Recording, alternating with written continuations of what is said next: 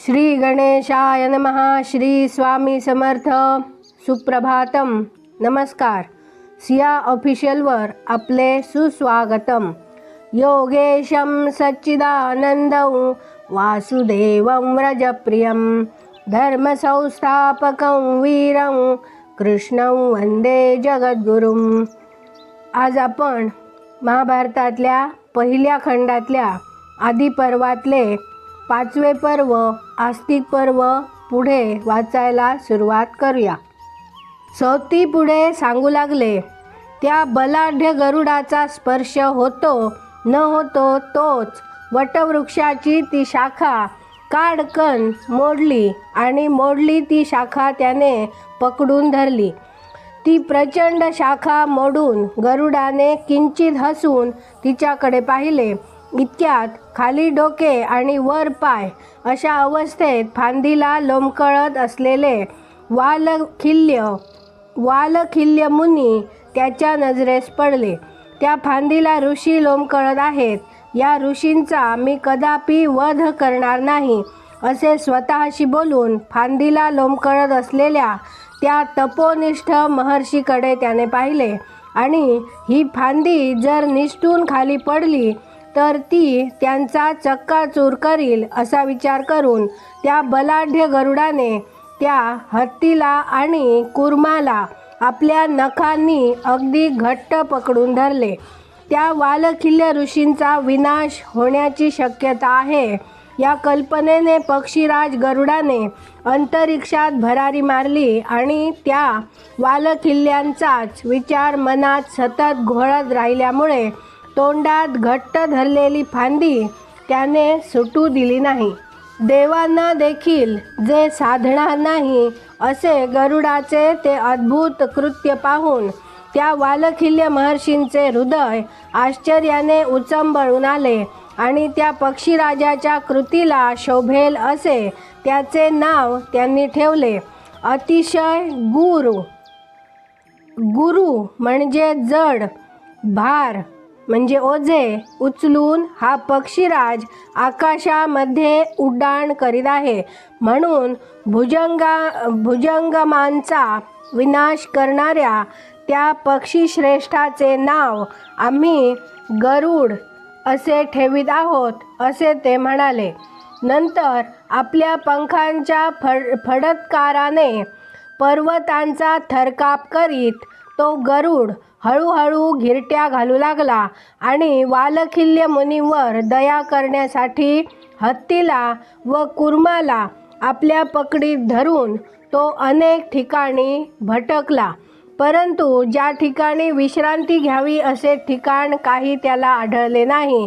या अडचणीमुळे तो थेट गंधमादन नामक पर्वताकडे गेला. त्या पर्वतावर तपश्चर्येमध्ये मग्न असलेले आपले वडील कश्यप मुनी त्याला दिसले. दिव्य रूप असलेल्या, तेज, वीर्य, बल यांनी युक्त असलेल्या, मनाप्रमाणे आणि वाऱ्याप्रमाणे वेगवान असलेल्या, गिरीशिखरांप्रमाणे विशाल असलेल्या, जणू काही उभारलेल्या ब्रह्मदंडाप्रमाणे दिसणाऱ्या, विचाराला अगम्य असलेल्या, उग्र दर्शनामुळे ज्याच्याकडे नुसते पाहणेही कठीण आहे अशा, सर्व भूतांना भयकंपित करणाऱ्या, महाबलाढ्य, रौद्र भीषण, साक्षात अग्नीच धडाडला आहे की काय असा भास निर्माण करणाऱ्या, ज्याच्यावर आघात करणे सर्वस्वी अशक्य आहे अशा, देवांना, दानवांना व राक्षसांना ज्याचा कधीही पराभव करता येणार नाही अशा, गिरीशिखरांचा चुराडा करणाऱ्या, सागरातील जल शोषून टाकणाऱ्या, तिन्ही लोकांचा सत्यानाश करणाऱ्या आणि साक्षात यमाप्रमाणे विक्राळ दिसणाऱ्या त्या गरुडाला आपल्याकडे आलेला पाहिल्याबरोबर भगवान कश्यप मुनींनी त्याच्या मनातील विचार जाणला आणि ते त्याला म्हणाले, वत्सा, तू हे असले विलक्षण साहस करू नकोस, नाहीतर तुला तत्क्षणी दुःख भोगावे लागेल. सूर्याचे किरण प्राशन करून उपजीविका करणारे हे वालखिल्य ऋषी जर क्रोधाविष्ट झाले तर ते तुला जाळूनच टाकतील. सौती म्हणाला, एवढे बोलून तपश्चर्येमुळे ज्यांच्या किलमिशाचा निराश झालेला होता अशा त्या महाभाग वालखिल्य ऋषींना कश्यप मुनींनी केवळ आपल्या पुत्रासाठी प्रसन्न करून घेतले. कश्यप मुनी म्हणाले, हे तपोधन ऋषींनो, गरुडाचा हा सारा उद्योग केवळ विश्वाच्या हितासाठीच चाललेला आहे, म्हणून हे महत्कर्म करावयास तो उद्युक्त झाला आहे. कृपा करून त्याला आपण अनुज्ञा द्या.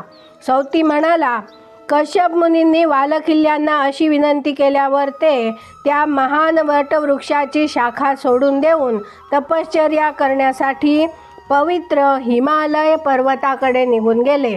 ते वालखिल्य मुनी हिमालयाकडे निघून गेल्यावर तोंडात फांदी गुंतल्यामुळे ज्याला धड बोलता येत नव्हते अशा त्या विनतासुत गरुडाने कश्यप मुनींना विचारले, भगवन, या वटवृक्षाची ही शाखा मी कोठे फेकून देऊ?